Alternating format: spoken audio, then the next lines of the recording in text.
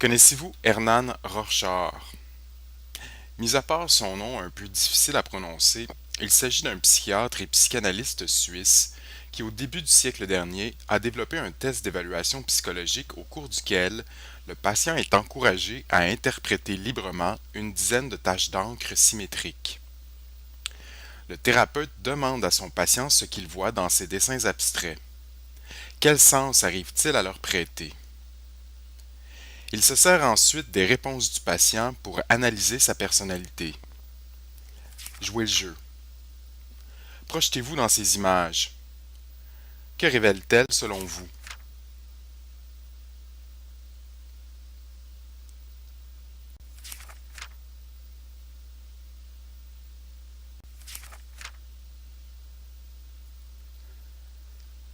C'est un travail d'interprétation similaire que vous appelle l'analyse littéraire. Vous êtes devant un extrait de texte qui fait image, mais en ne vous bornant pas à la première impression qui vous limiterait à une simple explication de surface, vous ferez plutôt une analyse en profondeur qui vous amènera à décortiquer le texte pour en extraire le sens.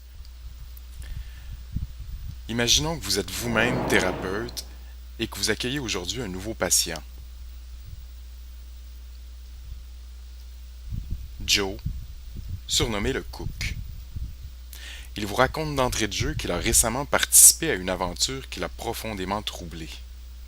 Encouragé par un autre homme de chantier, il a voyagé en canot volant après avoir signé un pacte avec le diable. Maintenant qu'il est revenu sain et sauf, il questionne toutefois sa moralité. Écoutons-le. Mon homme me proposait de courir la chaise-galerie et de risquer mon salut éternel. Il était bien vrai que j'étais un peu ivrogne et débauché et que la religion ne me fatiguait pas à cette époque, mais risquer de vendre mon âme au diable, ça me surpassait. Le thérapeute se sert de cette affirmation comme d'une matière brute. Il ne s'agit pas seulement de faire un reflet et de la résumer dans ses mots. Il prend des notes pendant que Joe parle. En l'analysant en détail, il mettra en lumière l'état d'esprit de Joe. Il commence par souligner les mots et les expressions qui lui paraissent chargés de signification. Il s'intéresse à ce que suggère chacune d'elles.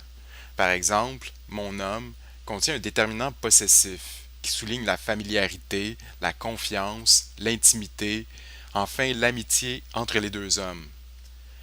Les expressions risquer mon salut éternel et risquer de vendre mon âme au diable contiennent le verbe risquer, qui renvoie évidemment au danger, aux conséquences graves qui pourraient découler de l'aventure, mais aussi à l'importance du salut éternel pour Joe.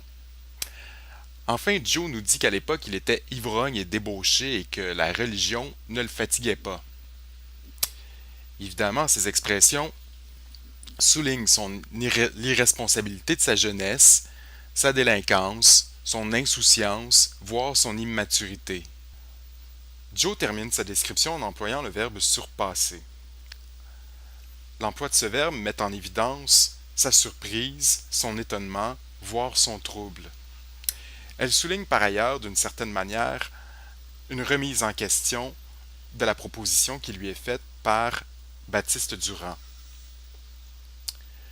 Devant un tel discours, le thérapeute s'appuie sur son intuition pour construire son interprétation. Mais il se sert évidemment aussi du dictionnaire, outil indispensable à l'analyse littéraire. Une fois cette démarche terminée, il formule son explication à partir des termes et des définitions découlant de son analyse et la présente à Joe. Il procède méthodiquement en reprenant la même structure que le discours de Joe afin de ne rien oublier. Écoutons-le. Intéressant. Si je vous comprends bien, vous appelez ce Baptiste Durand mon homme. L'emploi du déterminant possessif suggère qu'il s'agissait d'un ami, de quelqu'un en qui vous aviez confiance. C'est bien cela? Cependant, il vous a encouragé à prendre un risque, à vous placer dans une position extrêmement dangereuse. J'entends que même si vous étiez plutôt délinquant et peu inquiété par la religion et ses règles durant votre jeunesse, vous gardiez une tête sur vos épaules.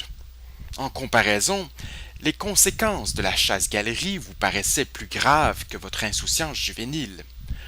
Vous étiez donc malgré tout sous l'emprise de la morale catholique comme tout bon Canadien français du 19e siècle. Votre stupéfaction et votre remise en question étaient tout à fait normales. On constate que le thérapeute est même parvenu à judicieusement étayer son explication en reliant le comportement de Joe au contexte socioculturel de son époque. Quel coup de génie! À vous maintenant de prendre le siège du psy pour analyser, interpréter les images que la littérature vous donne à voir.